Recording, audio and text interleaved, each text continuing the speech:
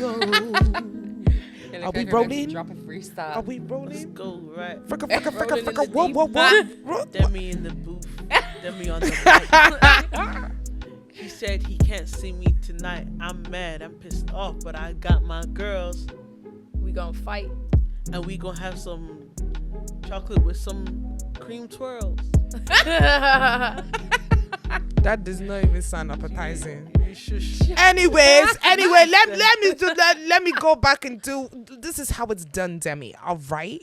So welcome back to G2G, Get the Gist podcast, where the girls are getting hotter every week. The boys are still rubbish out here in these streets. Well, not all of y'all. Some of y'all are nice. Some days we're hype, some days we're chill. This is a chill day, as you can see. I'm very comfortable. So you know what? Sit back, relax, and listen to what we gotta say. Because if you're here, you came to listen anyway, so might as well. That was a good intro. Thank you, guys. Yes, ma. Y'all got mommy daddy issues? Wow, straight in, no kissing. I've got mommy issues. No loop here. Oh my god. Straight in. Some of us don't need it. Anyways. Is that how the podcast going? That's not the episode. That's not the episode. What we talk about good WAP the other day, but anyways, this is not the episode. Okay. So I have mommy issues, I have daddy issues. In fact, I just have issues. Issues, everything. But I feel like a lot of us girls probably have daddy issues. I don't have daddy issues. You don't have daddy issues? I feel like I don't have daddy issues, but I act like I do. Wow. My friend said that to me the other day. I didn't get it either. Me too. I said wow, but like I was apparently I don't have daddy issues, but I act like I have daddy issues. Does that not mean that you have daddy issues? But my daddy is a great man. Sorry, my dad. This sounds great. Maybe because you know daddy. Oh my god, that's true. That is so true. I have one father. I call my actual dad daddy still. Your daddy's can I girl. ask a quick question? When you're getting freaky in the zone. Freaky, no, in the zone. I'm more of a pappy. Okay, that's okay because then you would have daddy issues. I'll never say that. Nah, I don't. I have one daddy, and that's my father that gave birth. But so you don't call any boyfriends daddy, as a zaddy? joke, I'd be like, zaddy, daddy, happy. I actually say I don't know, something hot about it. I don't know what it is. This is so wrong, but in African culture, like usually your let's say your mom's brother, in the African culture we say big daddy. But I've now gentrified it. Or like my mom's older brother, we call him Daddy K because his name is Coyote. So we call him Daddy K. We don't call him Big Daddy. But like my mom made me call like all my uncles like Big Mommy, Big Daddy. So nowadays I don't say daddy, but I say Big Daddy if they do something like pay for my food or something just to gas them up. My mom Who we talking about here? I'm a pappy babe. Pappy. Yeah. I can't do it. No, you can't do it because I have issues. Steven, Don. I've never had to call anyone like daddy or dad. Like I've never. So it just. Oh yeah. Is that because of daddy issues or just because? Well, like daddy issues. Like it's like, triggering. You could say that. Yeah, definitely. Like I have never had like a father figure or a biological father at that in my life, so I've never really like experienced the whole like daddy daughter. So if I'm gonna say it in the bedroom, it's a bit. That's quite scary. I get it. It's a bit weird. That. Do you know what I mean? Like, 100%. If I'm just not gonna say it, like it just makes me feel. It's not normal to you. It's not normal. Have you ever had a guy not your say, vocabulary. "Can you call me daddy?" And you said no. I probably have said it, but it's just turned me off the whole situation. You're like, okay, dad. Yeah, dad. It's like let's stop. Do you want to talk about my problems? You are adding to the daddy issues. Yeah. Oh my god. Let's talk about it. But yeah, so I think definitely like not having a father figure. Whoa, this is gonna be a deep conversation. It's a heavy episode. It's gonna be it's gonna be warning. Because you know what? I think it's so weird. I was like, your dad is not in your life. You had Rocky with your dad. I have a dad and a stepdad. and you just have a great relationship with your dad. So we all have Hey, it's not different- per- it's not very, great. very. But we mean he was there. Yeah, at least He was there. He was there. Gotta be grateful for what happened. We all have very different experiences. One by with- one, we dissect them. Yeah. Yeah. Right, go back to what you go on, finish your Go on, Ree. Oh, I love hearing your stories. Though. stop that. No, time. be Tissues serious. there? Just in- Not crying. What are we crying for? Anyways, no, it's all good. So basically, yeah, I've never had like my dad in my life. It's always been me and my mom, like through everything. Like my mom went so far that like she didn't even have boyfriends. Do you get me? So I've never experienced like just a man. Like that's why I think what I've been. Okay, let's try that again. I think that's one thing that I've started to realize how my daddy issues sort of come out when I'm like in a relationship or something like that, because I've never had a relationship to base off. You know what I mean? So I'm starting from ground zero when I'm like when I start dating someone, because it's like I've never seen like a mum and a dad be together at one time and seeing how a relationship develops. So I'm very conscious in that sense of like I need to like what I perceive is probably stuff that's just I see online or I see on movies or anything like that. You know what I mean? Yeah. I'd see like my uncles and my aunties and all interact, but it's not like in my intermediate family home. You know, I know as well. Like another way I could have daddy issues maybe is I was like Ree's thing though. She laughs like That's her coping mechanism. Yeah. And I love it. It's just do you know what like my mantra is, if you don't laugh you'll cry. Do you know what I mean? Yeah, So LOL. yeah. But yeah, I think I've like grown up in a completely women all household forever. Even like my aunties, like all my uncles, they're all married, but like my grandmother, she like divorced, like she wasn't with my grandfather. My like auntie was never with someone. So like my whole like family line are just strong, independent women. You know what I mean? And I'm so independent. Like I can do everything myself. Do you know what I mean? Like You are. thank you. But I'm like, I know how to change a tire. Do you know what I mean? I know how to do like all these like manly things, as someone might say it, you know? And I think how I sort of see in relationships, how that is a positive and a negative. It's like, okay, it's great that I can do everything by myself, but it's allowing people to do stuff for me. You know what I mean? And like, I know we were talking before in the last podcast about like men buying drinks and stuff like that. And when I was younger, I'd be like, I don't need a man to buy me a drink. I can buy a drink and I'd leave myself broke for the rest of the month. But anyways, I'm starting to allow men to do little things for me because it's actually helping me break down my barrier, you know? And I know it's like probably a different way because people see it different ways. But for me, I think it definitely did help. It's helping me sort of accept that, okay, I don't need a man, and I know I don't need a man, but it's okay to want one, and it's okay to allow them into my life, you know?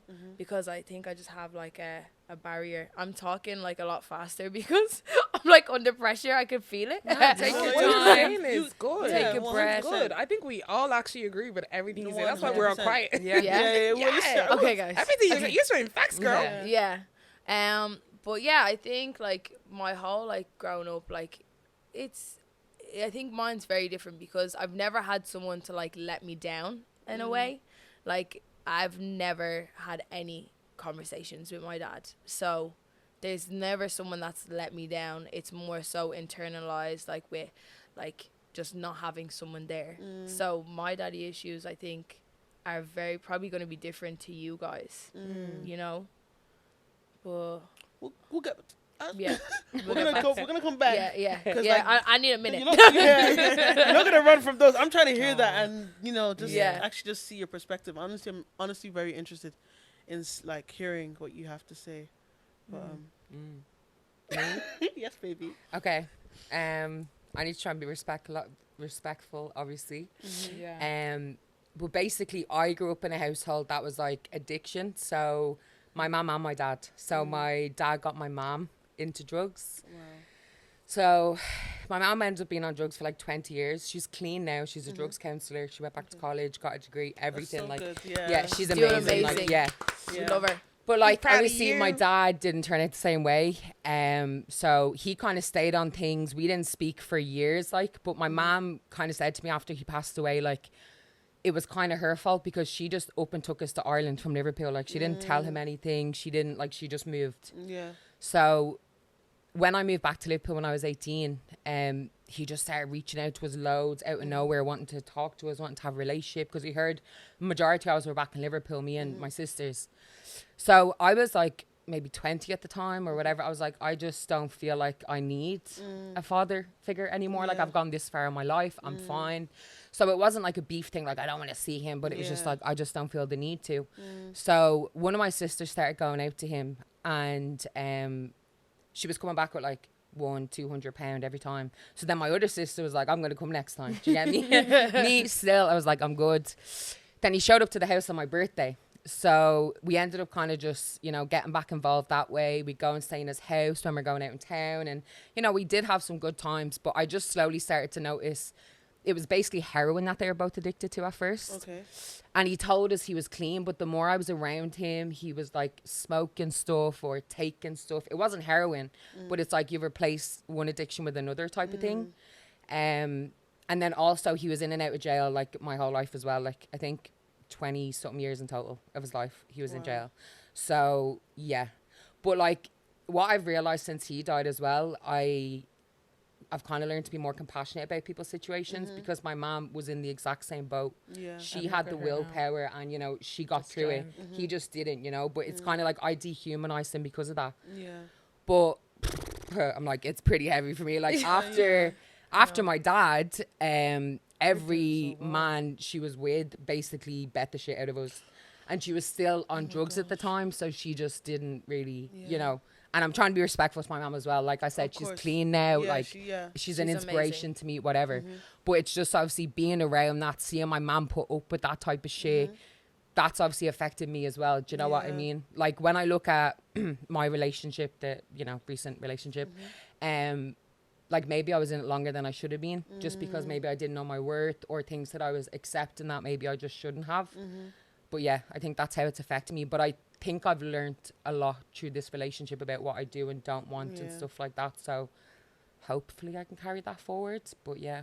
You're so strong for sharing. I feel so bad for putting you on the spot now. No. Listen, it was all going to have to come out eventually. My life's a fucking movie. Really, it is. Honestly, it is. Thank you so much for Yeah. Ash, you sharing that are an honesty. inspiration. So strong. That's my best friend. You know what? Stop. I know her. You know, the Yeah. record for a person's gonna cry. I'm gonna cry for your stories, not because I'm telling my truth. I'm gonna sit and be like, I swear. Yeah. yo, there's tears behind these lashes. Yo, let y'all know. Stop. Oh, Yeah. babe. Wow. I know. Damn. Oh, But it's my good. turn. Look, it's all lessons learned, Yeah, you know? it is, yeah. It is what it is. Damn, y'all are strong.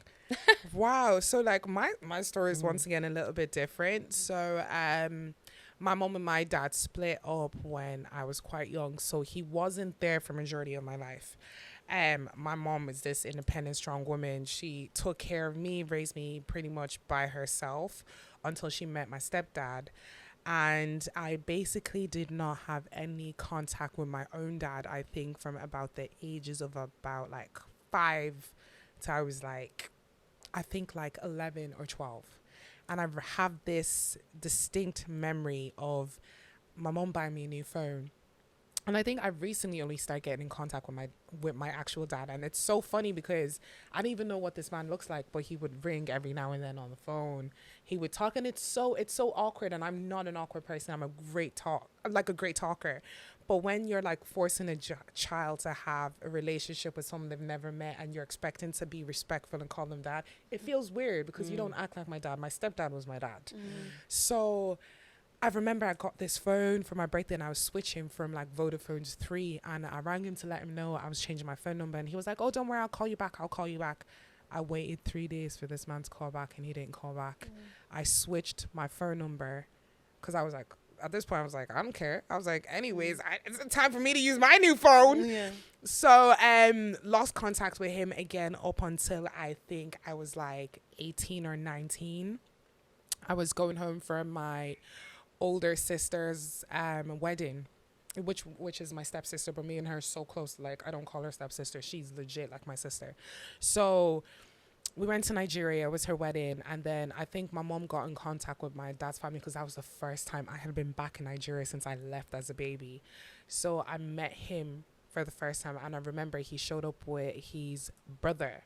And he looked me in the face and he was like, do you know which one of us is your dad? And at 19 years old, I could not tell you who my father was. Oh my God. And this is someone that like I had been speaking through on the phone. Yeah. And ever since then, it's been on and off contact. I think like he'll message every year close enough to my birthday, but even if I would message back, I wouldn't get a response.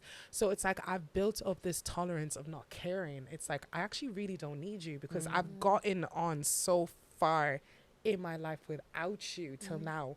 Like, I know I'm one of my mom's proudest achievements because I know I have a good head on my shoulder. I'm so independent. I take care of myself, take care of her and my family. My stepdad was a great father figure to me. Well, I felt like he always tried his best. He would sometimes make very, very silly situations, like silly decisions, and I can't really speak too much on it deeply because it affects so much more and it's so much deeper. So there's also so much respect that I have for him because he was the father figure in my life, but there's also so much damage that has been built up from some of the decisions that he's made. I look at men very differently. I am so independent because I've actually never had the male figure that I feel like I could 100% trust or I could 100% rely on, could 100% do things for me. And there's nothing more than I want than to be weak. I am strong because I can't be weak. It's not because I want to be strong all the time. And I feel like now whenever you meet men, they see the strong independent, oh, she doesn't care. Oh, she's fine. She gets her shit done. Doesn't mean I want to always be like this. I'm like this because I have trust issues. I don't trust men. I don't. And I'm the same as you. I stayed in a relationship that did not benefit me for so long because I didn't know my worth and I did not respect myself to the standards as I should have because it's something I've never seen. Yeah. I've never gotten to see the happy, beautiful marriage that tons of people have. A little part of me feels like, does it even exist? Because like now when you go into relationships and you're looking at what you want for yourself in the future, you sometimes sit here and you kind of like think, will I actually ever get that? Because why do you guys treat me like this? Why did my mom have to go through that? Why couldn't my dad have not been like that? Why can't it just happen? So I definitely do think I have daddy issues for sure. I think trust is a very big thing for me, and it goes back to what you say about being the independent woman. I just get it done. I've always done it myself. I was a girl filling air in my tires and my ex's tires. This boy did not even know half the fucking lights in his car. I was the one who did. I just get up and I get shit done. I don't wait for anyone to do it because I've never had anyone to get up and do it. So it's like, to let a man into my world and allow him to treat me that way is hard. It's so hard letting your guard down enough to trust. Like, it's even the guy that I told you guys that I'm talking to at the moment had that conversation last week. I was like, I'm scared to like you because I am scared to be broken by you. I don't want that. I think I'm not good. Fuck this. Love. Butterflies. Don't want those. Don't make me feel this way. Don't make me feel this way. Because if you're another disappointment in my life, can't take it. No, honestly. Can't take it. I don't need no more disappointments. I think. Please don't. I think as well, when you do let your guard down and you allow men into your life and they hurt you, it takes a lot longer for you to build yourself back up. You know what I mean? Because when you, we're all very strong, charismatic women, and we're all independent. And when we allow someone to actually take care of us and they let us down, it actually like more so hurts your ego more than anything. Because it's like, I have been able to do it by myself for so long, I was good. you know? Yeah. And I've let someone actually see the vulnerable side of me and they've taken advantage of that. Yeah. It's just so much harder to trust again and to just build yourself back up. So I completely get what you mean. Yeah, I feel like those were our last relationships because it's like I gave so much of myself to someone. Like even through finding out all the messages, pretending like I didn't exist while he was talking to different girls, I still stayed, tried to fix it, try to make it work. And then I had to sit down and think, and I was like, when I was sick, where were you? I was like, Valentine's Day, when I was supposed to, my very first Valentine's Day ever that I was supposed to feel special, you weren't there. Like I spent my first Valentine's Day alone crying in a restaurant with my best friend. That was who I spent my Valentine's Day with. Every single time that I've given a man the opportunity to rise to a platform for me, you never have. So it's like trying to be that vulnerable with another man. I find it hard to sometimes feel like I can get to that level of vulnerability because I know the deep, dark brokenness that I've been in before. For me to allow another man drag me there, yo, you ain't gonna get that chance, boo. So for me to let my guard down, I'm like, I think I'd rather have it up. I'd rather close up this one. I got an ice box where my heart's Wow. my heart is cold. It's cold, and I find myself, it's like the minute I start liking someone, like, oh no, you got time out. Rosa, wake up. Like a jump of anxiety a bit. Ooh. Like, when you feel like, oh shit, like, come on, No, I can't like you. Uh-oh. Cut that out. It's actually quite scary, I'm not gonna lie. Why are you guys looking at me like It's your turn. Who's next? I don't think I have daddy issues. My dad he's been cool. My mom has been cool as well, but I feel like childhood, I think when I was really young, obviously my backstory is I think I was 6 months. My parents sent me to London to live with my grandma. So I was not like, there was no parents then. There was only my grandma. She was old. And we lived in this house. But I feel like I don't really remember adults being there. So it was basically just like me in my own world, exploring different shit and stuff like that. And obviously some stuff happened. I won't get into it too deep, but stuff happened and like nobody was really there until it was like too late. So now that's like my mommy and daddy issue, whereas like I never understood why they actually just dropped me. They just dropped me in London and I was just talking to two people that lived abroad. Oh my God. It's so funny. And then, my mom would come once a while and like see me, but like she wouldn't even tell me she's leaving because I'd be sad when she goes and stuff like that. My dad, I don't remember my dad. I think he came from my what's that Holy Communion thing where you wear the white dress. Yeah, Communion. That's Communion. The one, yeah. I think he came for then, and like even though I didn't really know my dad too much, but apparently as a child, like I was literally obsessed. I think I used to wait outside the toilet for him to finish as a kid and stuff. But yeah, like in London, like there was just no adults, so I was just there doing like not Ras Clark, but kids. I just hurt myself, get up. Like I feel like I was just by myself. So how I feel like that has affected me now is nowadays, sometimes a guy doesn't even have to he can just breathe. As long as he's there, I'm good. He ain't got to do nothing. You've got abandonment issues. What? Chill. I'm sorry, babe. Yeah, It's not a bad thing. It's not a bad thing. It That's the is. first time I'm hearing that. That makes Yeah. sense. Yeah, like It makes sense though. Like It now does. that you've told me that, I'm like, yo. Yeah. But yeah, like literally, like even I just like people being there. Cause when I was young, nobody was really there. Oh my God, stop! Why is today so heartbreaking, No, guys?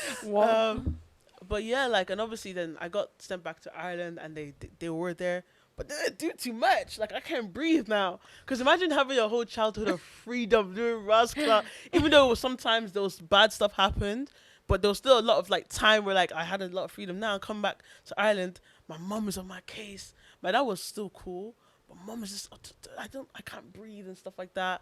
She's trying to force like, I love my mom, I love my dad. Trying to force Christianity on me, all that stuff there. So now like I needed my space. So now another issue of I'd use any excuse to get away from the house. and do Rascal. You get me? Like, but not Rascal, but do you get me? And now, Freedom like, to just be yourself. yeah, like I just wanted to be myself and find who I am and stuff like that, because like I didn't know who I was, or nobody was really giving me advice as a girl, or no one ever like, when you see the movies and like the woman is like brushing the girl's hair and telling the girl you're beautiful and so I never really had that. So I'd look around everybody else and see what everybody else looked like and was doing, but I could never fit in because I wasn't them, but I didn't understand that at that time. So yeah, like those are my mommy and daddy issues. This girl, we got you. Yeah. We got you. I'm good. I'm knowing myself every day. Like I feel like you never stop getting to know yourself, and I feel like the way we're able to understand and admit that we have some issues is amazing. I feel like that's the first step to Awareness. hello, Of my having name is our Demi. issues. Yeah. Hi, Demi. And you know what I mean? Like it's first step is to me that there is something wrong. I think I don't know. I know I showed Ash this before, but there's this test that you can do online called it's like the attachmentproject.com, and basically there's 3 types of attachment styles, and this is like developed from like when you were a baby, so like it comes from like your parents, and it shows you how you act in relationships. So the first one is anxious attachment, which is me, which I figured out, and then there's an avoidant attachment, and then there's anxious avoidant. Now I can't explain in detail what they all exactly are, but like just speaking from an anxious attachment is from not having one parent in my life, you know what I mean? And what, like, reading about it and actually understanding, like, I think you guys should do it, and I'll send it on to you. And even if we attach it under the link, because it actually gives you a guide to why you think the way you think. And just finding out that I have this attachment style, it just makes so much sense. You know what I mean? Like, the way that sometimes I really, like, it's like I need a void to be filled. You know what I mean? And I'm always anxious somebody's gonna leave, even though nobody left me. They just were never there. It's that anxiety when it comes to relationships, and it made me realize that's what I bring into my like my actual relationships with partners. Yeah. But there's so many different styles, and it really does just give you an insight into how you can cope with them. And so you're not alone, you know what I mean? Yeah. But it definitely stop stuttering, Ray. It definitely did help, but just understanding yourself as well, you know. I think literally what you just said there, I kind of related with, because I haven't done the test or anything, but when you said action, being scared of someone leaving, I remember I was in work. This is so stupid. I was in work and I was trying to reply a text, but I knew I had to end it with this person. But I was thinking in my head, like in the meeting, I was like so many reasons why I shouldn't let it go, even though I knew I was supposed to let it go. So I was just like, and then like, okay, cool. I was trying to reply to that. Then I had a meeting, so I had to drop my phone and go to the meeting. In the meeting, I was just thinking about it, and I was about to tear up, and I literally like just walked out of a corporate meeting in work. Oh my God. I literally walked out, and I was wailing in the corridor of my workplace. I've been It there. was like a panic attack. I was like, I've been there. A few times. and I was like crying. That's the first time I ever had a panic attack like that ever. But just because I was anxious that the person that wasn't even giving me, like, wasn't even doing anything, was gonna leave me.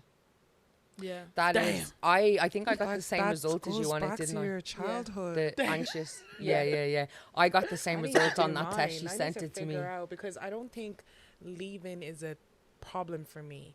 I think letting go is my problem. No, maybe a bit of both. I find it hard to let go. Yeah. 'cause Like, you could have done me the absolute dirtiest, and I know I need to walk away, but I'll find it hard saying goodbye. I'll find it hard letting go. Yeah. But that's a lot of women though. I can deal with being alone. I feel like I can handle it, because like I grew up in a house with so many kids, and there was a lot of toxicness. So now being alone is nearly like peaceful to me. It's like I'm in my own place. Things are fine within my control. Like for me, like with relationships, and I think this is also something else I turn into mommy mode when I'm in Same. relationships because I have problems with letting people do shit for me. I have to do it. Like Yeah. I'll have things planned like a month in advance. Were you the oldest child in your house? Yeah, I'm my mom's oldest. And were you like the mom role? Yeah, Same, kind girl. of. Same. That's literally. And Firstborns. you feel the need to look after them. Yeah. And then that mixed with, because I feel like I need to Mixed clarify, like, relationships. my last relationship, I don't have anything bad to say at all. Like, I still respect the person, but it's like, you know, when you know something's not working, I should have enough respect for me and for him to be able to walk away. But Yeah. I'm the one, I'll act blind and I'll just keep going. We can make it work. But I feel like that comes from, like, the fear of them leaving. Yeah. When even though you know it's not working out, like, but then that touches on self-worth again. Do you know what I mean? I Yeah, obviously that's don't feel worthy definitely. enough. Yeah.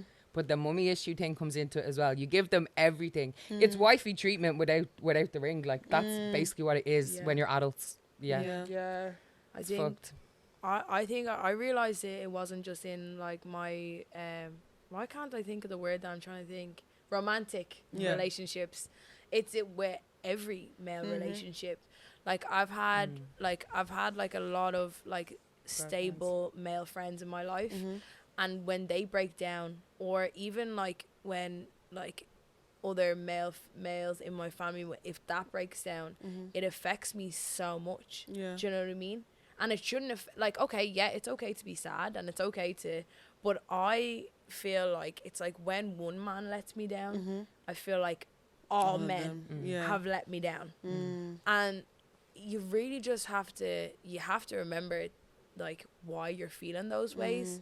And once you figure out why, then it you can still go down to those dark places, you know. I think, and especially what you said just there, Ash, like staying within relationships or just even keeping things there instead of actually cutting it.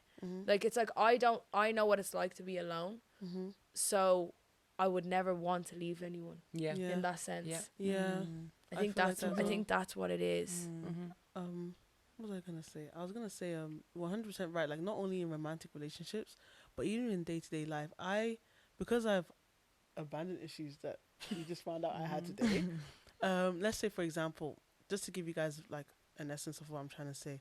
I think I went on a walk with my colleagues, and obviously I was just walking with the guys. I was just walking, and I was like, oh, if someone was ever to come and like attack me, like, are you guys gonna, that kind of thing, like just making sure, because something happened in the childhood where like I was in a situation and something was about to happen, and thank God like my older cousin came in to like stop it. And then like, so I just deeped it now, like a revelation just there. Like, obviously nowadays when I go out or I'm around people, I make sure I look around, is there someone around me that can protect me, or just there in case anything mad was to happen. But like, I shouldn't have, I don't know, like, sometimes you can depend on people to protect you and stuff, but sometimes my colleagues, they don't owe me nothing. I can't ask my colleagues to fight, but because like of that kind of like small bit of fear that anything can happen, or like I don't feel safe, I try and make sure that like, okay, is there at least one person around that can help protect me? It stems from how you obviously felt when you were younger. Yeah. But you know, there's a study, and it's like in the first 8 years of your life, what you see as a child, even a baby, how you see people interact, the relationships you see around you, your experiences, that shapes who you're going to be for the rest of your life. Damn. It's And like it does, the like, first- because your brain's like empty, isn't it? And it's like picking up all this information, filling itself up, and that's And how as you say learn. that, I can definitely see Yeah. why I'm such mommy mode. 100% see, same. I've always Yeah. been that person since I Yeah. was a kid, being the oldest, taking care of siblings, Yeah. being my mom's rock, not having people like I can rely or depend on. Like I see it. Now I'm like, yo, this is Who needs Yes. counsellors, girls? We are the Right now, this counselors. is a real session. We I are love the it. counselors. Yeah. Bloody hell. And Yeah. it's like, I know it's a major, it's nearly toxic trait. I just find it hard to allow people to take care of me. Even like Oh, you probably same. notice now, like whenever Yeah. something happens, I'll just sort it out. I Yeah. take on so much and I have to figure it out. I need You to have know. to beg I need her. to do it. I Beg need to her do to this do now. I something. need to get this done. That has to be done. No, I don't need your help. I can do it. I'm fine. Even though I'll be stressed. Yeah. But I still need to do it myself. I don't ask for help. But you've always, from what it sounds like, you've always had to do it yourself. Yeah. Always. So Always. there's never been that opportunity for someone else to help. You know what I mean? And when they try, it's so hard to Yeah. let them. And it's like, for me, it's also a thing where like, I'm not the type of person to ever say no. So if I have someone who doesn't do it right or says no to me, it crushes me. Like that will break like me. I hate no. So I would. Same. We all hate I no will- here. I hate when people tell me no. Like, So I just don't ask. Yeah. I won't ask. I won't give you the opportunity to tell me Say, no. oh my I would God. rather just do it myself. Yeah. I'm like, and if you are to upset me or break me down, I sit there wondering and be like, why would you do this to me? I would never do that to you. Yeah. Like, why? Like, I gave you the opportunity to do this, and why couldn't you do this? Yeah. So I just don't give you the opportunity to do it. Yeah. Because it's like, I'd rather protect myself from feeling that heartbreak than to feel it. Yeah. Wow. I was gonna say my mom gave me PTSD, but like it's not in the way that you think though, because it's kind of this one. Let's loosen up. Like this one's kind of funny. So let's say I for think example, we need it. Yeah. so obviously quite like heavy. my mom loves to be clean. She likes the house clean, no sinks, no place in the sink, floor clean, everything. So growing up, like she'd obviously make us clean and stuff like that. So like, but if we don't clean, she's best shouting and stuff like that. And I hate shouting. I hate noise. So now subconsciously, before she gets home, I'm just like, arrange this, arrange that, because I want to avoid her shouting. I don't want her to ever come home and then be shouting. So now, like even now, she's in work. She's not coming. I'm in work right now. I'm a grown adult in work. I'm arranging my desk. So if she wants to pop out, if she wants to come and smoke, the desk is cleared. I don't have to. But like that PTSD of like, shit, she's gonna shout. Let me just quickly do this.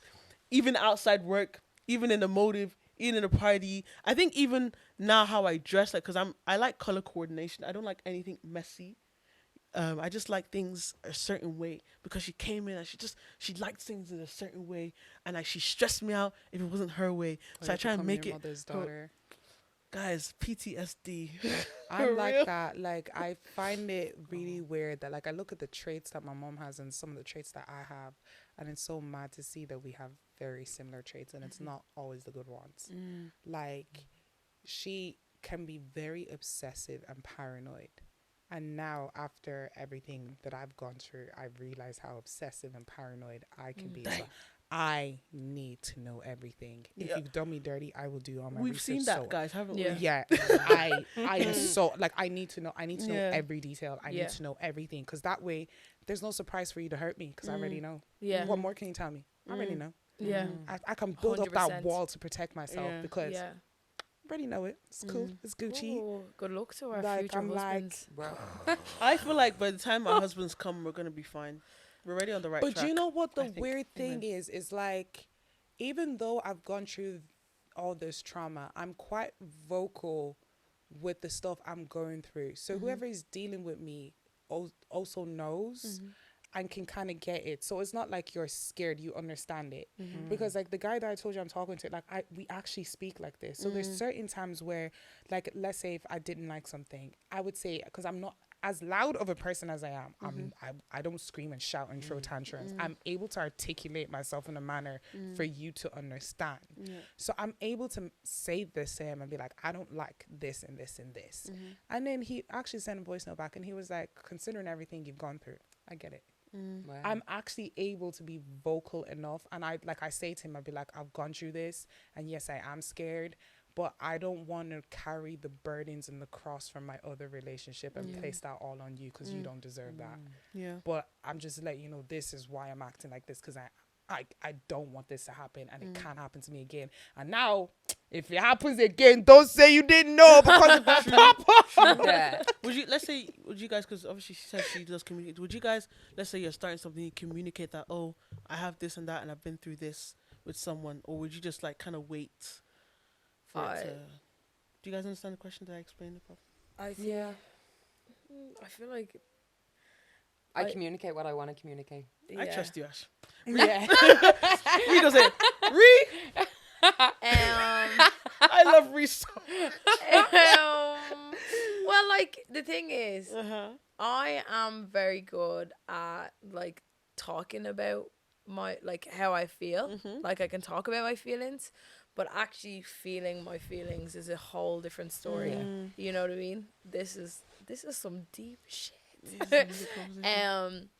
Yeah, it's like I can communicate up to a point, but I remember in one of our last episodes when I say, like, I get really emotional, so I let things build up, and then everything comes out at once, that to a point where I don't even know what I'm talking about, because I'm just so mad at everything and everyone. I used to be like that, and that's something that I decided to change from my last relationship, because when it ended, I was like, you did this.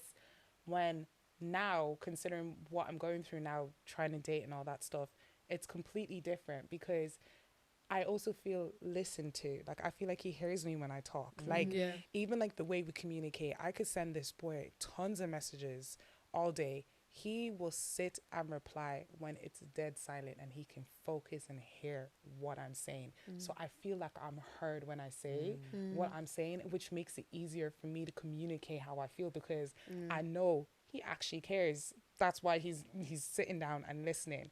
When you're dealing with someone who doesn't care, that's when you keep quiet about it, because you're like, oh geez, if I talk again, sure, it's not like he's listening anyways. Let me get on with my day. And then you keep building it up, then it'll be the smallest thing that makes you erupt, because you've had the weight on your shoulders for so long, because you're just so used to pushing things on and getting by, because you have to. I feel like you're go. Yeah, I'm go, but it's even just accepting my own feelings. Like, do you get me? You don't want it to ruin your day and just move on. Yeah, move on. And then it's like, but like, I'll get to a point where I could be like so mad. And the thing is, I actually am a communicator. Do you know what I mean? I will talk to the cows come home.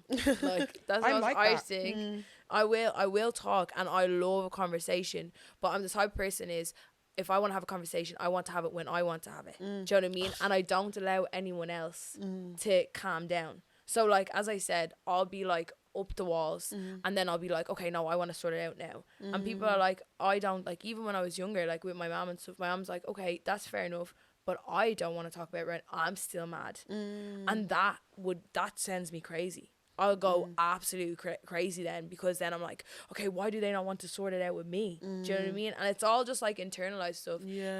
It's actually just accepting the way I'm feeling right now, and not putting anyone else's feelings into taking it into consideration, in the sense of, okay, I've calmed down, someone else might still be mad, but they will calm down and they will talk to you, even if they don't want to talk to you right now.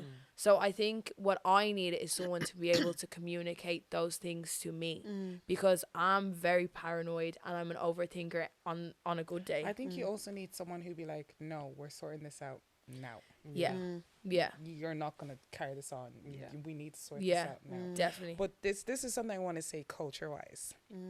Culturally, I feel like African parents, we never get away with that shit.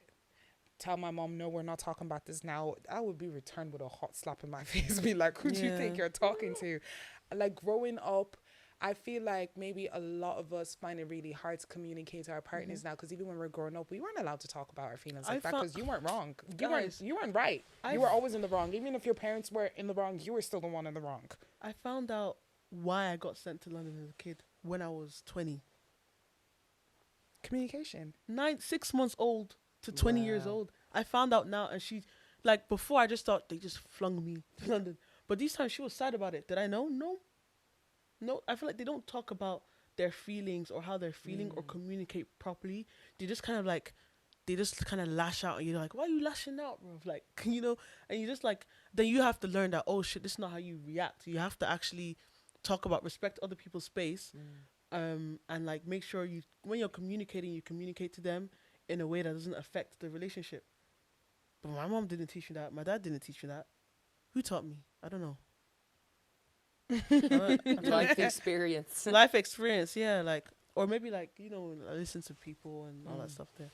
But yeah, like, I wasn't ever taught you should communicate your feelings. You know, for me, Until I it's was- so weird because, like, I'm like you. I can talk to the cows come home.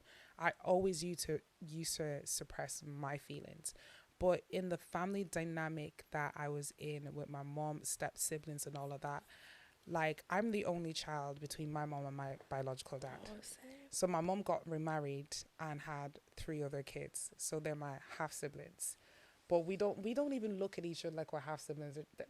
That's my bros and my little sister.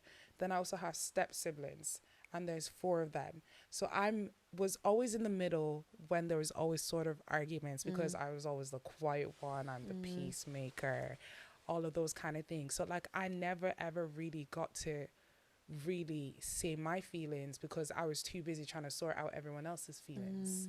Like, I never really got to be able to speak up and stand up for myself. It's not till now that I'm an adult at 28 where, like, my mom would be behaving wild, and it's sometimes like it's now I'm the mom to my mom with the stuff that's going through her life now. I have to be the mom to my siblings because my mom can't be the mom to the siblings because my mom is still trying to fix herself and her traumas. And then it kind of makes me think, I'm like, yo, when does Roslyn get to fix her traumas? Because Roslyn's too busy fixing everyone else's traumas. And I have to fix the traumas because I have siblings. I have an 8-year-old little sister. Yeah. She didn't get the mom that I got when I was 8. Yeah. She didn't get that woman. So, like, now she needs a figure of someone who can be that person for her. But I'm also still trying to be the person for me because I ain't got no kids. So I still got to sort out my shit first. For sure. I think, yeah, it's hard because, like, if you really think about it, like, our parents have their own. They do. So- They're humans. They do. They're And I think humans. sometimes we forget that our parents are still their own individual What age did you people realize your parents were dealing with her humans? stuff. So I Do didn't you know actually what? like- I feel like I just realized it right now. I think it was like 2 years ago I realized they were humans. Yeah. Yeah. Like, they're actually human beings Yeah. They with feelings. with feelings. Oh. My mom's a woman. She has periods as well. Yeah. You ever wonder why your mom was lashing at you when you were a kid? You ever wonder why I your remember mom there was was one lashing at time my you mom for no reason? She just there wants was to one find beef. time my mom drop kicked me one day because I didn't show her my report card. No, I mean, guys, like, flipped. This woman flipped me over. And I remember being like, what did I do? Like, my grades were good. Like, she fully knocked me over. Now that I'm Guys. older, I'm like, yo, that was what was happening that day. She was tripping. Bro, I get it. parents are so good at hiding stuff. They're so They are. good. What? They're so They're good. so, they're so good. Yeah. I found out they were protecting us, I guess, but damn. Yeah. Your mom ever lash at you?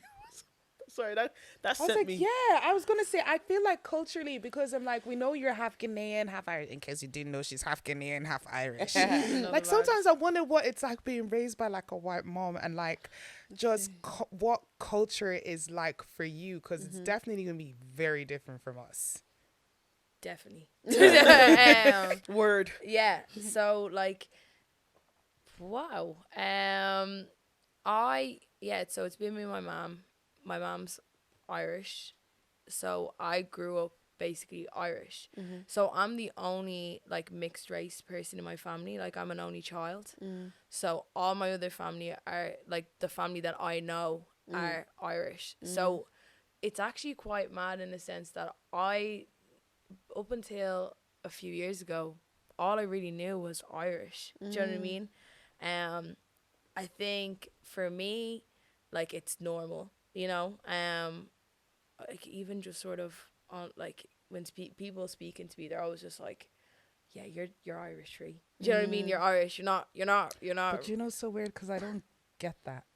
What? Like, I don't look at you and think you're very Irish. I think you're actually, it's because it's so weird, like, getting to know you now on a much deeper level.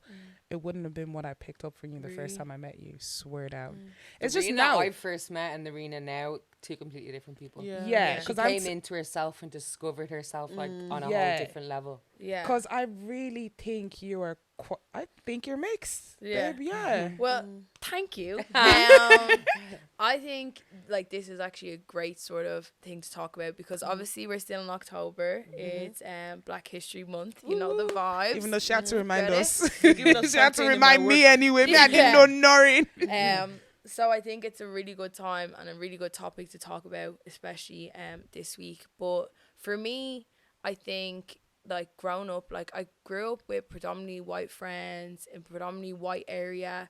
Like I didn't really know, like obviously I did have like black friends, you know what I mean, but the majority was white. And when I think for a long time I was like internally oppressed, and I think a lot of mixed people will like like relate to this. Hopefully, maybe not. I don't know. Maybe it was just me. No, I think you're dead ass right there. Because I remember one time in secondary school, there was this mixed race girl there. I remember her saying she was like, she feels like sometimes she's stuck in an ocean between like Europe and Africa. She's like, her white side is like European, her black side are like African. She's just somewhere hovering in the middle. She doesn't know which side she belongs to fully. Yeah. And I do feel like a lot of mixed people are like that. And so we're being fully black, we don't think of the struggles of not being understood, because you do have two cultures. Two cultures. Yeah. And in like obviously, like to be honest, from both sides, you're not accepted. Do you know what I mean? Like, because like growing up with like everyone, like my friends used to say like the N-word and stuff like that, like my white friends. Do you know what I mean? And I didn't know that wasn't right, because nobody told me that. Do you know what I mean? You didn't grow up around it. Yeah, I didn't grow up around it. So I was just like, and to be honest, in a weird way, and this is why I say internalized oppression, it was like maybe I'm just the exception. Do you know what I mean? Because people were like, oh no, you know I'm only messing, and you're not really black anyways. Do you get me? So then I started being like, oh, maybe I'm not, you know? So for a long time, it actually only really came about when the George Floyd movement, you know, that's when I actually seen myself. Like a few years beforehand, yes, I did notice it, but that's when I actually realized I'm black. Do you know what I mean?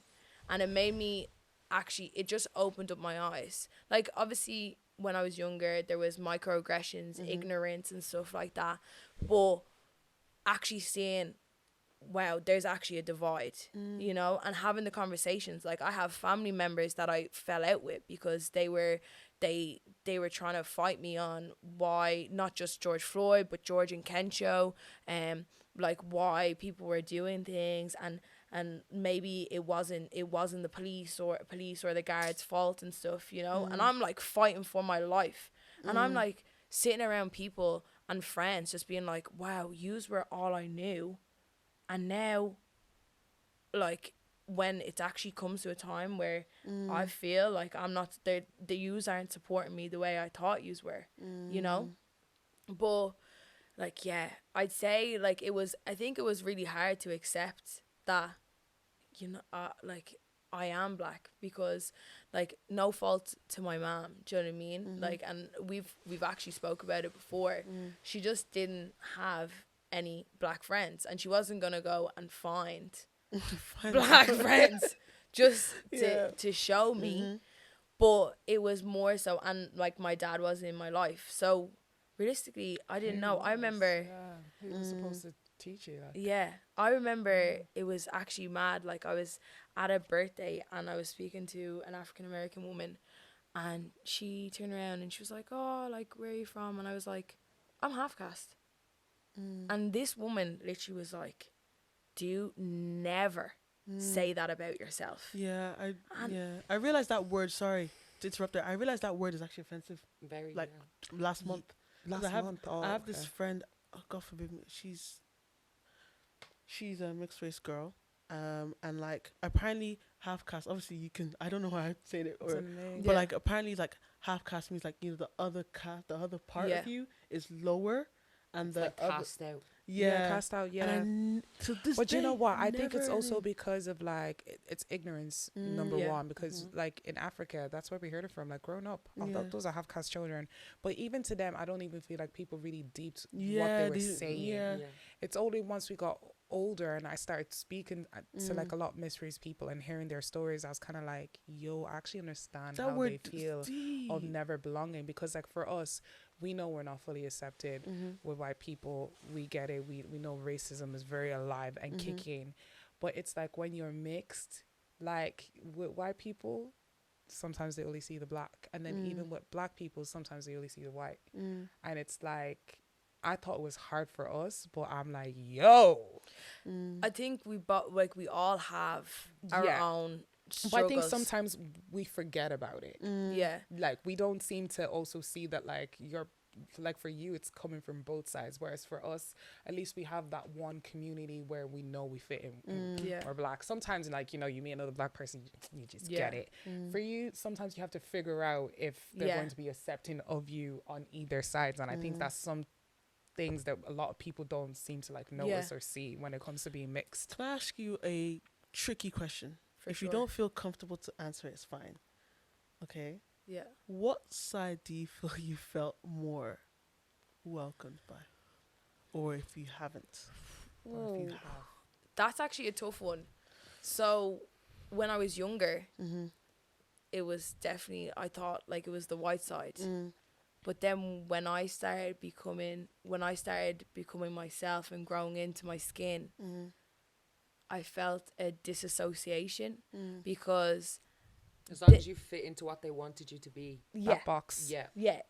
And then it was like when I stepped out of that box, that's when the bigger differences came up, you know? And it's like even small things, like you might be in work or something and someone just, or not even work. Let me start with, like, if I talk to someone, like an Irish person or anyone, and they'll be like, "Where are you from?" And I'll say, "Oh, I'm from Ireland," or "I'm from Blanche," Yeah. and they're like, "No, but where are you really from?" And I'm like, "Okay, well, I'm from Clonsilla. If you really want to know, do you know what I mean? Like, I don't know where else you want me to say." I hate that question. And it's like, for me, it's like, I don't know any of my dad's side of the family. So when you're asking me these questions, I can't tell you. Do you know what I mean? Like, I don't know. Yeah. If you can find him, let me know. Do you know what I Yeah. mean? like If you see them around, Yeah, please I report to the GTG podcast. I swear. I'm like, all my Ghanaian brothers and sisters, hit me up. Hate to say. Maybe if we look alike, we probably are. Oh my god. God, I love you. Oh my God. But it was a huge learning curve for me.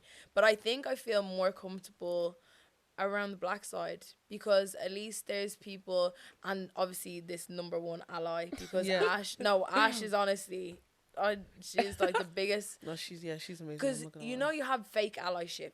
You know what I mean? And No, I can already see how loyal you are with that block button. Yeah. We tell her a story and she's like, I'm walking them. 100%. Don't care. No, don't want them to be my friend. real Bye. one. You can I see her? Bye. Are you available on She's mine. Tuesdays? And She's Wednesdays? mine. Thank you. She's ours now. Yeah. God. She's ours now. Yeah, No, literally, but no, even yeah. like even Ash was such a big support. Even like when I was like just like, cause I basically had to refine my identity. You know what I mean? Because I was like, everything I knew for the past like 19 years is all a lie.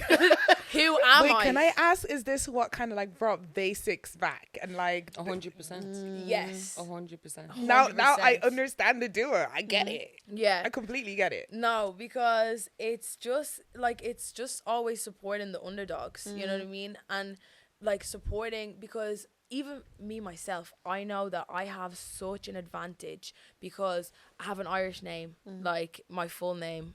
I'm not saying it here. Is like completely Irish.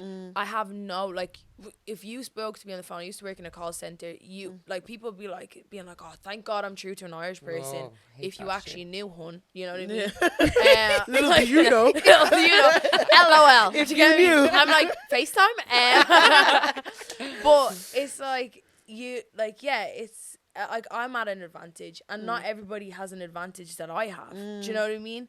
So it's like, Basics Back came from us. The day we posted that video of me and you speaking was the day I feel like your whole world just turned upside down. Yeah, and that's it when was you like really George. start. Yeah. Yeah, Because you were terrified to put. I was only actually watching it recently. And in the video, you're like, why am I scared to post about this on my own platform? And this is what I'm going through. Like, because remember, we were talking about we need to do something about this. It's when George Floyd had just happened. And she's like, no, like, we don't know how people are going to react to it or whatever. And eventually, obviously, you came around. But I think from that time is when it all changed for you. Yeah, it really did. Yeah. And we, like, doing that first video of us just speaking and actually just actually just accepting all the bullshit Mm. that I've allowed my whole life, and like that, like accepting the guilt from like not accepting myself, and like actually having a voice to stand up against people, to be like, no, I don't agree with what you're saying, or I don't like the way you're speaking to me, you know what I mean? Because I grew up Irish, I was like, oh, you know, and we'll get into our next video that we uploaded, but I was like, Irish people, yeah, they might not be racist, they might not be intentionally racist, but they're ignorant, you know what I mean? Okay. Massively. Like, you'd be walking down the street, someone just wants to like discriminate against you, you know what I mean? I remember, or they just want to be like, oh, I'm only messing, like, you know, I'm only messing, or oh, it's just in a song, and I'll probably get it more than you girls, because they think, oh, because I'm mixed, that I'll allow for it more, and it's like, that's not fair. Like, I'm not gonna allow for it. But me and Ash, we did a video because when the George Floyd's protests were happening, we went to the protests. Of course, we went every day, and there was, you know, some radio show, the talk show. It was a radio show, and they were talking about if your COVID payment should be taken away from you if you went to the protests. And I'm sitting there and I'm like, first of all, some man has just been brutally murdered, like, by the police for no reason and in a traumatic way. And you want to know if your COVID payments should be taken off people? Again, it's another way of ignorance. Yeah, I got into a massive argument with someone on Facebook. I'm a keyboard warrior, but I'll do it with my chest. Someone was making a comment about the whole march, and now of course I couldn't go because I work in pharmaceuticals. Could not catch COVID because if I catch it, I work with tablets and medication. It could affect tons of people, so I didn't go for those reasons, but I was still watching it online and all that kind of stuff. But I was here commenting in the DMs, and they were like, oh, these people are selfish. And I said, to me, it's so mad how you are so scared about losing your life because of a pandemic, where I have to wake up every day and be scared that another human being could decide to end my life just because of the color of my skin. Like, you're scared because of a once in a million chance there's a massive worldwide pandemic. I have to walk out my front door every day with that fear. That is something you only now know, where I've had to live with all my life. My brothers have to live with all their lives. And they were like, oh, once the pandemic is over, we'll be right there marching with you. And I was like, a few years back ago in Blanche, remember Toyosi Shirabe that got stabbed in a racism attack? I was like, where were you? I'm sure you didn't know about it because it didn't affect you. I said, racism didn't just happen today. Where were you for that last march? She had nothing to say. Nothing to say. And it's like, I'm so tired. I'm tired of racism, tired of microaggression. Like, I'm someone who, like, living in Carlo, I didn't get it much except from the minor little things. But the time where I actually saw racism very loud and clear was when I was Miss Carlo, and I was in a national beauty pageant, and I was the first black person to do it as well. So when we were going for photo shoots and stuff like that, my foundation wasn't there. Tell me why I'm showing up for a VIP magazine photo shoot and we're told to come with no makeup, but yeah, I'm the only person who has to show up with a makeup bag because I can 100% guarantee you don't have my shade.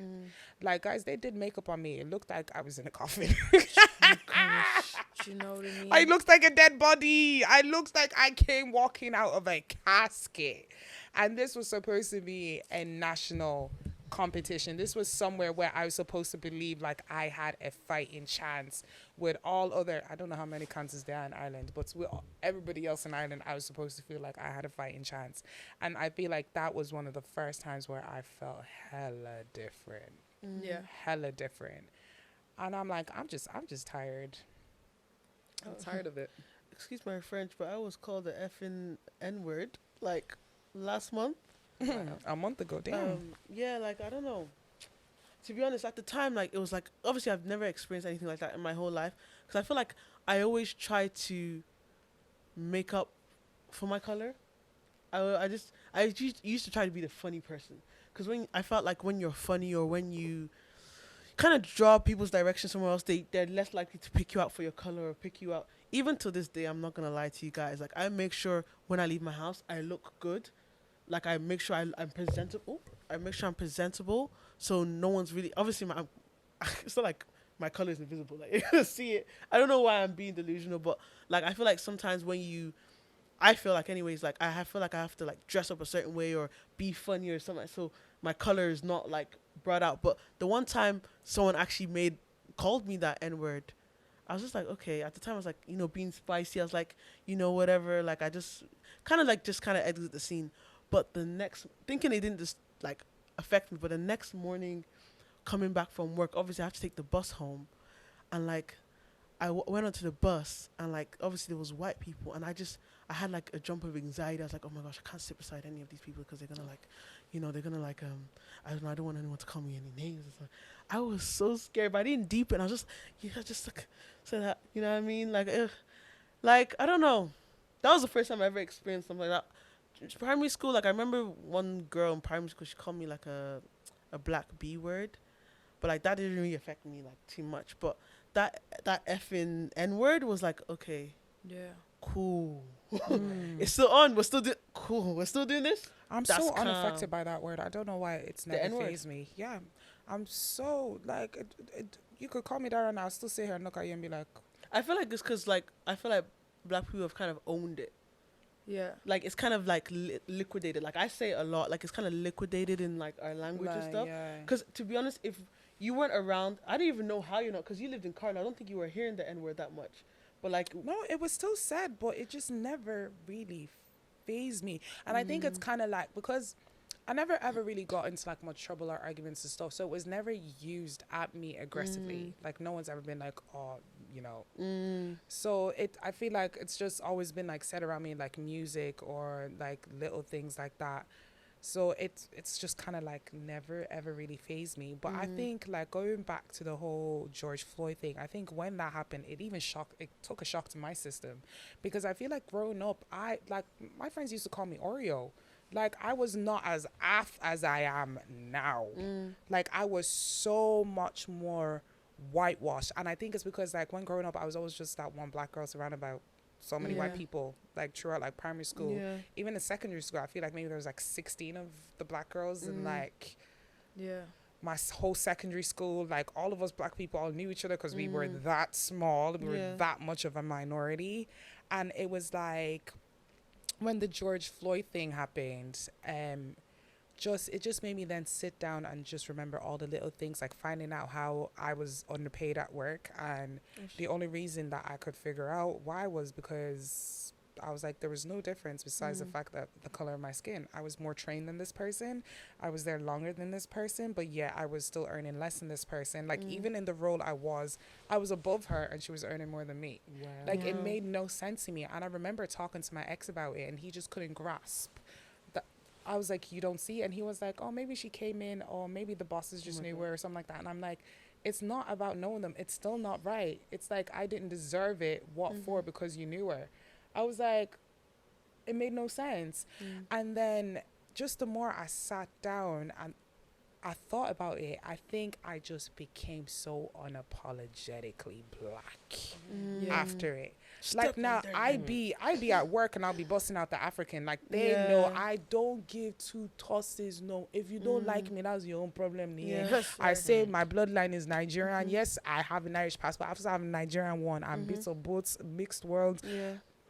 Don't care. I'm so unapologetically black now, and nothing can change it. I love everything about my culture that I hated growing up. I love it now. Yes, I'm not afraid to be Nigerian anymore. Now I'm even trying to speak the language now because I want my kids to be able to say shit. I'm even so attracted to Nigerian men who can speak Yoruba. Because by the way, when I was younger, I used to be like, ew, that fob. Now I'm like, you know what? Yeah, I won't lie. Remember, I don't know if you guys have ever like saw it, but remember like back in like secondary school days, and like people used to make fun of like the dark skinned kids. And I won't lie, I did participate sometime, but only because that was what seemed cool. But looking back at it now, shit's terrible. what we'd say to I them. actually remember being in secondary school and all the black guys being more into like white girls or mixed girls. Yeah. They never found the black It girls was kind of like, attractive, it's Yeah. like ever. Yeah. Like I didn't realize I was cute till I got to college. I was like, oh, yeah. okay. And that's be what honest. what guys always say. They always think it's like, oh, you're good looking for a black girl. Oh, It's gosh. like, I once had a white guy say that to me one time and say, you're good looking for a black girl. And I was like, what kind of second-hand backhand compliment is that? I was like, what? Yeah. You're good look. So black girls are not supposed to be cute? What? Have you seen your sisters? yeah. Yeah. I think that touches on another thing, like, as well, like people who like white partners, people who want to have interracial relationships, they have a duty, especially if there's kids involved, to be educated.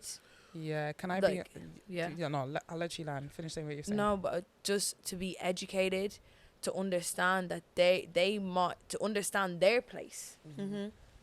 and to bring their family up with respect, and like just showing them the right way, because I feel like there's so much people out there, especially in our generation, girls just want to have mixed race kids. Just and because they like the melanin. They like the melanin, they like what they look like, do you know what I mean? And it's a fetish. Like, so much people have a mixed race fetish. Like, Even black people. Yep. yeah, Some black girls are obsessed with having like mixed race kids, and I don't know if it's a thing where they just like the look of them or think they're easier to raise, all that kind of stuff. For me, coming from interracial relationship, not gonna lie, I would be absolutely terrified to go back into another one, because I remember this was one of my wake up calls. It was the George Floyd thing, and this is where my best friend actually said to me she thought she had lost me, because my ex said something that was fairly racist, talking about how the statistics of black people being in jail, especially like in America, and he was like Googling up, like during Black Lives Matter, he was Googling up how black people were racist to Asians. Like it was like he was looking up reasons as to why black peoples could not be the victims of racism in the middle of like that whole situation. And it was like I was not allowed to feel bad. And it became a thing where I can't even remember exactly what she said. And I'm telling you, that day she stepped in my house. I dropped him off at the bus station the following day. The minute he was gone, she was like, girl, wake the F up. She was like, get up. She was like, I am losing you, because if any other white person was to say what he just said, you would have knocked them out. Like you would have keyed them. You would have argued. You would have said something. And I had to sit there and think, and I was like, how can I be dating someone that does not realize if me and him have a kid, that kid's black? yeah, Mike, our future kids are part of the statistics that you were calling out to me the night before. They're now part of that. Like, do you not know the, I can't say this word, judicial system in America? Like, do you not know the poverty some people have been put through just even because of the government, because they can't make a way out of it? Some of these people are snatching purses and doing things to survive because there's no other way for them, because they're finding it hard to get a job. And I had to say to him, I'm like, me and you walk into the same place for an interview right now, you have a better fighting chance than me without even us opening our mouths. sure. You don't have to open your mouth, but because you're Caucasian, you'll be automatically looked as Irish before I would. Yeah, And funny thing is, probably lived in Ireland longer than you, mate. yeah, And it was just the fact that he couldn't grasp it. Like things like my culture that I had to wash down. Like there were certain things about like African culture that he was like, nah, I would never do that. Things that like I know my mom would love, like especially like wedding wise and culture wise, like the way we have like traditional weddings. I know for a fact he would never do that. So I automatically was like, I'd never do that. Even though I know it's something that my mom would have wanted me to do so bad because of something she never got to do. I do it for my mom, but because he didn't want it, I automatically was like, nah, I don't want it. And my mom actually started saying to me, she was like, you're forgetting you're Nigerian, stop changing.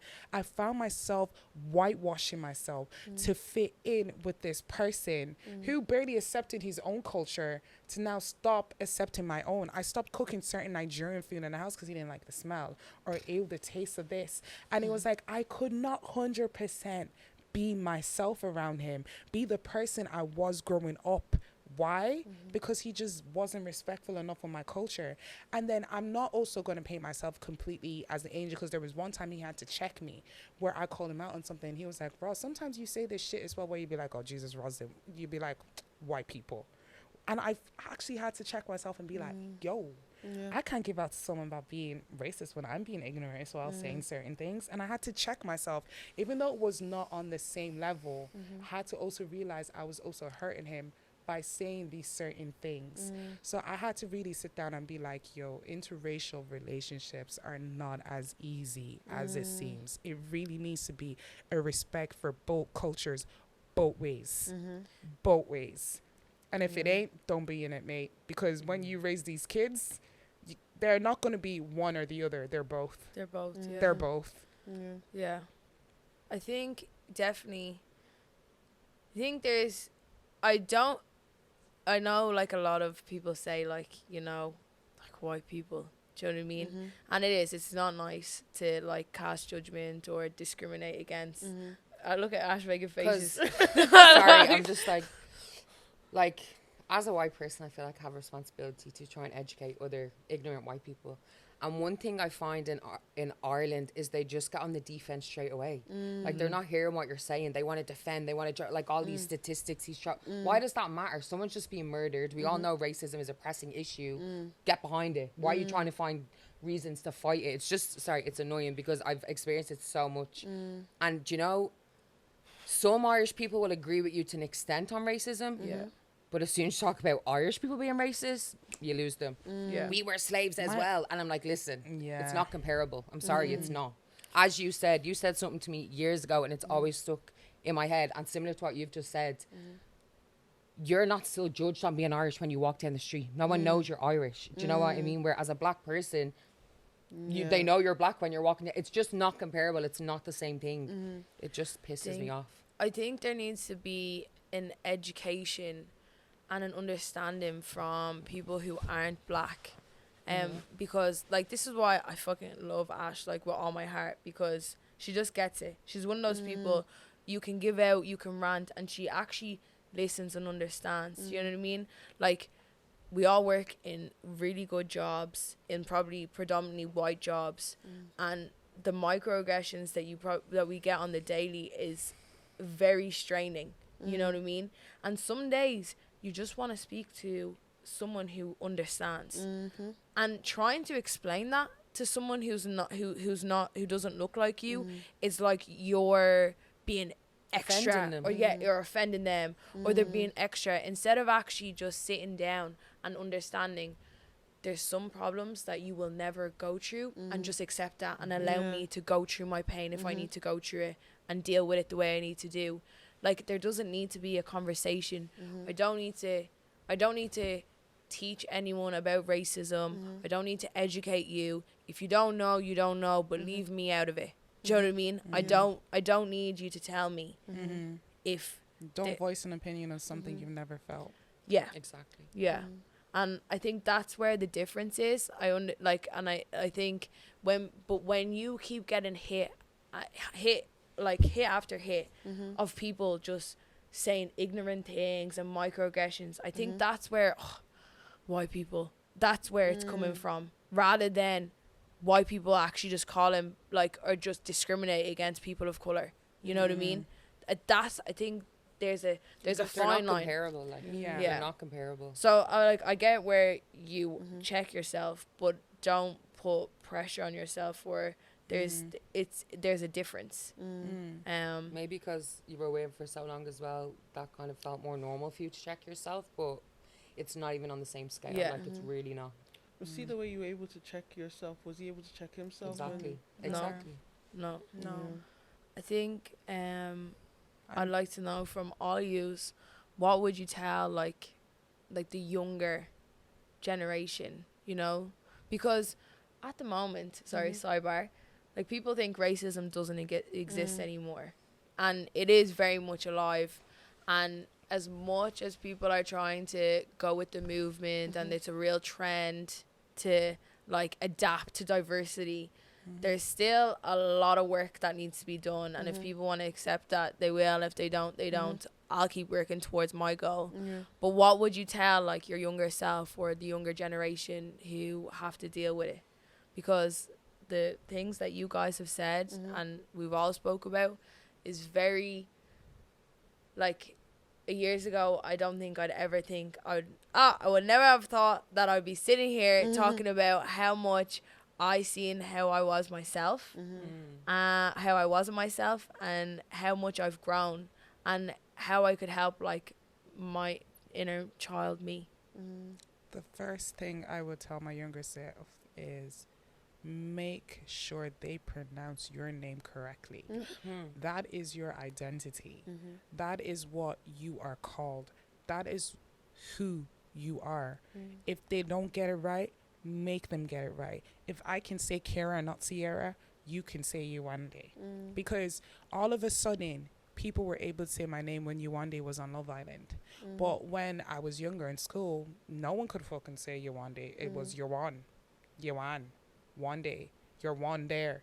You would absolutely dissect and butcher my name. If I can say Roisin, if I can say Kira, if I can take the time to put the phonetics together and say your name properly, you can say my name. My name is the way it's spelled. I was like, Nigeria was colonized by English. Majority of us, our names are pretty much the English alphabet. You can say it the way it's spelled. Say my name correctly. That was the one thing that I would say. Because my first name is actually Yewande, not Roslyn. Roslyn's my middle name. Many people know me as Roslyn because a lot of people couldn't say Yewande growing up. And it's like, even now being in work, I actually, for the first time in my life, in this job I'm in, is the first time that I've actually put Yewande as my first name at work, Roslyn in the middle. I know Dejeba is my last name. I know I just said my full government name on this podcast. Y'all don't stalk me. Don't stalk me. But it's the first time I've actually put it on because it's me. And then I give people the option to call me which one you feel comfortable with. Because some people actually don't mind calling me Yewande. And it was like when I was younger, I'd automatically introduce myself as Roslyn because I automatically assumed people could not say my name just because people had slandered it. That was my identity. I am Yewande. I am Roslyn. I am both. Get it right. My one is short, but I'm gonna be the one to say it. Love, above anything else. Love, cause love yourself first of all. Cause I feel like when I was young, like I feel like I didn't love myself enough to be myself. So I felt like I had to do certain things to not get picked on and stuff like that. So just to love myself, then also have grace for others and like love them enough to give them the time to accept for who you are, because not everyone is going to get it, but there's people who do. I can assume, or hope I don't offend anyone by saying it, but you gave Ash a chance to understand who you are, and like you opened up yourself, and she's here now, and you love her, and she gets you. There's some people who like actually take time to understand, even if they don't understand, they understand enough to respect your color and who you are and your culture. I have this one white friend. I'm gonna say this. Shout out Michael. He called me Demilade, and he said it nicely. He said Demilade. Yeah, big up my guy Michael. Yeah.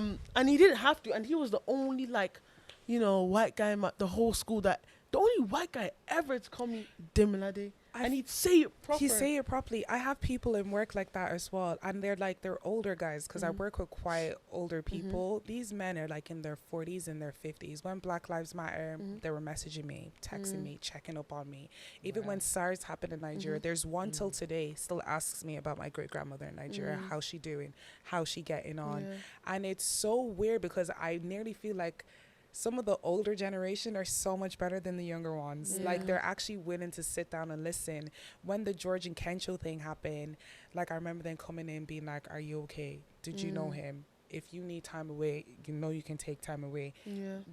They understood that they didn't understand, but they were willing to give me the time and the space. That's all you need. And I was like, yo, I rate the men that I work with at work so much. And I'm like, your kids are so blessed to have you because y'all are some cool parents. You literally have to just understand that some people may understand, some people may not. Obviously, like people that understand, fair enough. Yeah, act accordingly. But the people who do, like, show them like, okay, you know what, thank you so much. Because it's not easy. Like, they make being in this world a little bit more easier, to be honest. Because imagine it was just like there wasn't any ashes, and it was just Life would be over. We still be. Did you get me? Because I won't lie to we'll you. still be starting the streets. That's Majority of happening the time, who are the people? The white people, they are running. There's not many, black people in the high positions. You get me? Yeah, and we have to work twice as hard to get up there before we're seen. We have to work twice as hard for human rights And show half emotion. Not allowed to be weak. Yeah. And this was something that happened to me during summer actually, and it broke me down. It was like I was a strong, loud woman when they needed my voice for authority. But the minute I didn't agree with what they said, I was terrifying.